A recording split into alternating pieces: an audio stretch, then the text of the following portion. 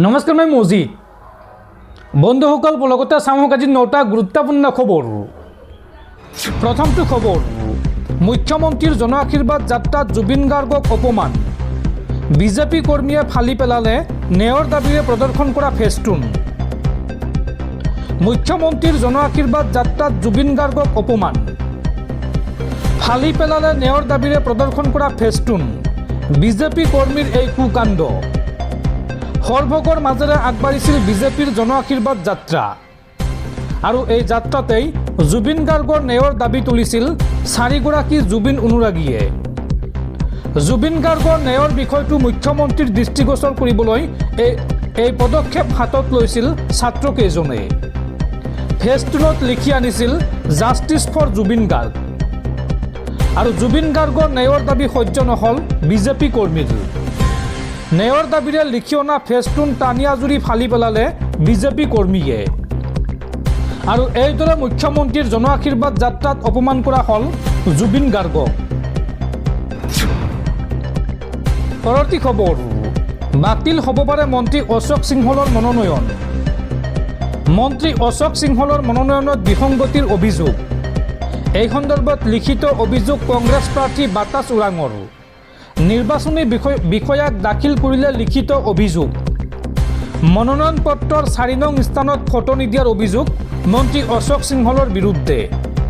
2 নং পৃষ্ঠাৰ 1ৰ পৰা 4লৈকে সম্পূৰ্ণ কাটি থোৱাৰ অভিযোগ আৰু 3 নং পৃষ্ঠাৰ অপশ্যন আৰু অৰ কাটি থোৱাৰ অভিযোগ মন্ত্ৰী অশোক সিংহলৰ বিৰুদ্ধে।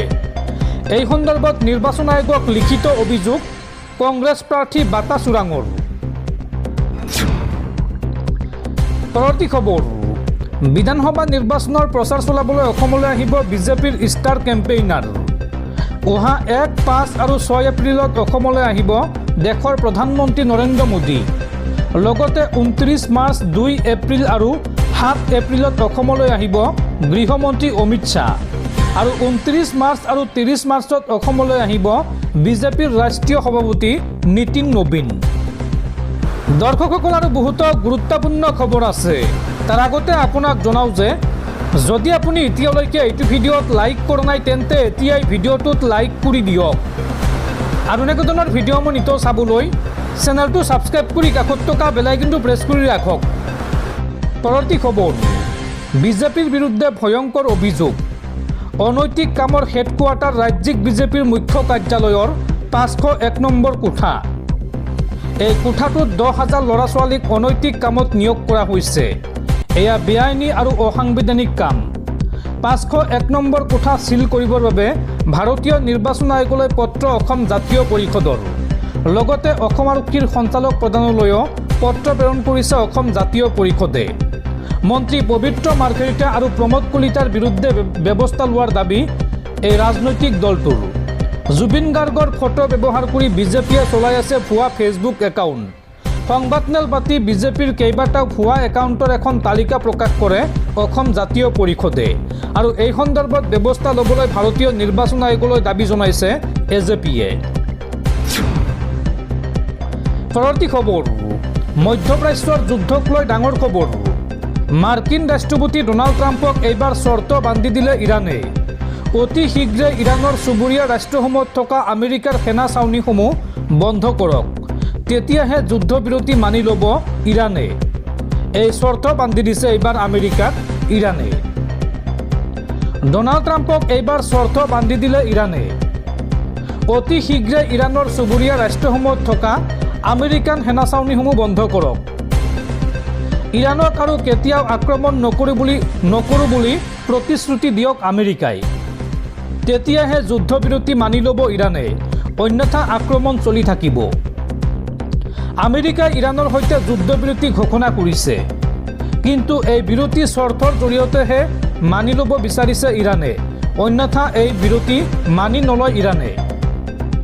ইফালে ইজৰাইলৰ এটা সংবাদ প্ৰতিষ্ঠানে ইৰাণে যুদ্ধবিৰতি মানিছে বুলি সংবাদ প্ৰচাৰ কৰিছে। ইৰাণক কেতিয়াও ভৱিষ্যতে আক্ৰমণ নকৰাৰ নিশ্চয়তা প্ৰদান কৰিছে এই দুয়োখন দেশে। ইৰাণে কি চৰ্ত বান্ধি দিছে চাওঁ আহক। ইৰাণে আমেৰিকা আৰু ইজৰাইলক বান্ধি দিয়া চৰ্তসমূহ হ'ল হৰমুজ প্ৰণালী নিয়ন্ত্ৰণৰ বাবে এক নতুন কৌশল নিৰ্মাণৰ প্ৰতিশ্ৰুতি।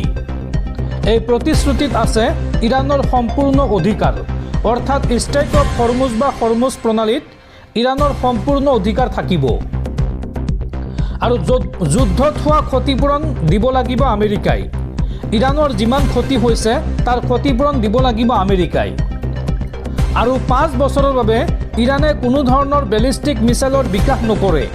যদিহে আমেৰিকাই এইসমূহ চৰ্ত বান্ধি লয় তেন্তে ইৰাণেও কিছুমান চৰ্ত মানি চলিব। ইউৰেনিয়াম সমৃদ্ধিকৰণৰ ক্ষেত্ৰত আলোচনাত মিলিত হ'ব ইৰাণ। আন্তঃৰাষ্ট্ৰীয় পৰমাণু উৰ্জা এজেন্সিক ইৰাণত নিৰীক্ষণৰ অনুমতি দিব। আৰু হামাছ হিজবুল্লাহ হুথিক আগন্তুক সময়ত কোনো ধৰণে আৰ্থিকভাৱে সহায় নকৰে ইৰাণে। যদিহে ইৰাণৰ চৰ্ত মানি লয় আমেৰিকাই তেন্তে ইৰাণেও কিছুমান চৰ্ত মানি চলিব আৰু যুদ্ধবিৰতি মানি ল'ব। অন্যথা কিন্তু এই যুদ্ধবিৰতি মানি নলয় বা আমেৰিকা আৰু ইজৰাইলৰ ওপৰত আক্ৰমণ অব্যাহত ৰাখিব ইৰাণে। এইদৰে আমেৰিকা আৰু ইজৰাইলক এইবাৰ চৰ্ত বান্ধি দিছে ইৰাণে। পৰৱৰ্তী খবৰ, জালুকবাৰীত হিমন্ত বিশ্ব শৰ্মাক প্ৰত্যাহ্বান জনোৱা কংগ্ৰেছ প্ৰাৰ্থী বিদিশা নেওগৰ মনোনয়ন বাতিল নিৰ্বাচন আয়োগৰ। ভাৰতৰ নিৰ্বাচন আয়োগৰ তথ্য অনুসৰি মুখ্যমন্ত্ৰী হিমন্ত বিশ্ব শৰ্মাই প্ৰতিদ্বন্দ্বিতা কৰা গুৰুত্বপূৰ্ণ জালুকবাৰী বিধানসভা সমষ্টিৰ কংগ্ৰেছ প্ৰাৰ্থীৰ মনোনয়ন 24 মাৰ্চ পৰীক্ষণৰ সময়ত নাকচ কৰা হৈছে। চৰকাৰী তথ্য অনুসৰি জালুকবাৰীৰ পৰা কংগ্ৰেছৰ প্ৰাৰ্থী বিদিশা নেওগৰ মনোনয়ন নাকচ কৰা 3খন কংগ্ৰেছৰ মনোনয়নৰ ভিতৰত অন্যতম। আন নাকচ হোৱা প্ৰাৰ্থীসকলৰ ভিতৰত আছে ঢকুৱাখনাৰ আনন্দ নৰ, হাফলঙৰ নিৰ্মল লাংথাচা। বৰ্তমানলৈকে চলি থকা পৰীক্ষণ প্ৰক্ৰিয়াৰ সময়ত মুঠ 18খন মনোনয়ন পত্ৰ নাকচ কৰা হৈছে। ইয়াৰ বিপৰীতে শেহতীয়াকৈ কংগ্ৰেছত যোগদান কৰা হাফলঙৰ নন্দিতা গাৰ্লছাৰ মনোনয়ন গ্ৰহণ কৰা হৈছে। মনোনয়ন পত্ৰ নাকচ কৰাৰ আঁৰৰ কাৰণ এতিয়াও স্পষ্ট কৰা নাই বিষয়াসকলে। মুঠতে 126 জনীয়া অসম বিধানসভাৰ বাবে 815 জনৰো অধিক প্ৰাৰ্থীয়ে 1389খন মনোনয়ন পত্ৰ দাখিল কৰে। 9 এপ্ৰিলত ভোটগ্ৰহণ অনুষ্ঠিত হ'ব ৰাজ্যত। আনহাতে 4 মে'ত ভোট গণনা হ'ব, অৰ্থাৎ ফলাফল ঘোষণা কৰা হ'ব। আৰু প্ৰাৰ্থিত্ব প্ৰত্যাহাৰৰ অন্তিম তাৰিখ হৈছে 26 মাৰ্চ 2026। পৰৱৰ্তী খবৰ, জুবিন গাৰ্গৰ হত্যাৰ গোচৰক লৈ ফাষ্টেগ আদালত গঠন চৰকাৰৰ। এবছৰৰ ভিতৰত জুবিন হত্যাৰ গোচৰ সমাপ্ত কৰাৰ লক্ষ্যৰে গঠন কৰা হৈছে ফাষ্টেগ আদালত। ন্যায়াধীশ শৰ্মিলা ভূঞাৰ নেতৃত্বত ফাষ্টেগ আদালত গঠন চৰকাৰৰ। এই সন্দৰ্ভত ৰাজ্য চৰকাৰৰ ফালৰ পৰা জাৰি কৰা হৈছে অধিসূচনা। আৰু ফাষ্টেগ আদালতত এতিয়াৰ পৰা দৈনিক চলিব বিচাৰ প্ৰক্ৰিয়া। জুবিন গাৰ্গৰ হত্যাৰ ঘটনাৰ বিচাৰ প্ৰক্ৰিয়াক লৈ বিগ ব্ৰেকিং আহিছে। বিচাৰ প্ৰক্ৰিয়া ক্ষীপ্ৰতৰ কৰিবলৈ গঠন হ'ল এক্সক্লুচিভ ফাষ্টেগ কোৰ্ট। এবছৰৰ ভিতৰত নিষ্পত্তি হ'ব লাগিব বিচাৰ প্ৰক্ৰিয়া। বাক্সা জিলাৰ ডিষ্ট্ৰিক্ট জজ শৰ্মিলা ভূঞাক এই বিশেষ আদালতৰ দায়িত্ব অৰ্পণ কৰা হৈছে। ভাৰতীয় নাগৰিক সুৰক্ষা সংহিতা চমুকৈ BNSS 2023 ধাৰা 346(1)ৰ অধীনত এই নিৰ্দেশনা জাৰি কৰা হৈছে। পৰৱৰ্তী খবৰ, অনুসূচিত জাতিৰ মৰ্যাদাক লৈ উচ্চতম ন্যায়ালয়ৰ গুৰুত্বপূৰ্ণ ৰায়দান। এতিয়াৰ পৰা ধৰ্মান্তৰিত হোৱা লোকে নাপাব অনুসূচিত জাতিৰ মৰ্যাদা, অৰ্থাৎ ধৰ্মান্তৰিত হোৱা লোকে নাপাব SC STৰ মৰ্যাদা। হিন্দু, বৌদ্ধ, শিখ ধৰ্মৰ লোকেহে পাব অনুসূচিত জাতিৰ মৰ্যাদা। এই গুৰুত্বপূৰ্ণ ৰায়দান দেশৰ উচ্চতম ন্যায়ালয়ৰ।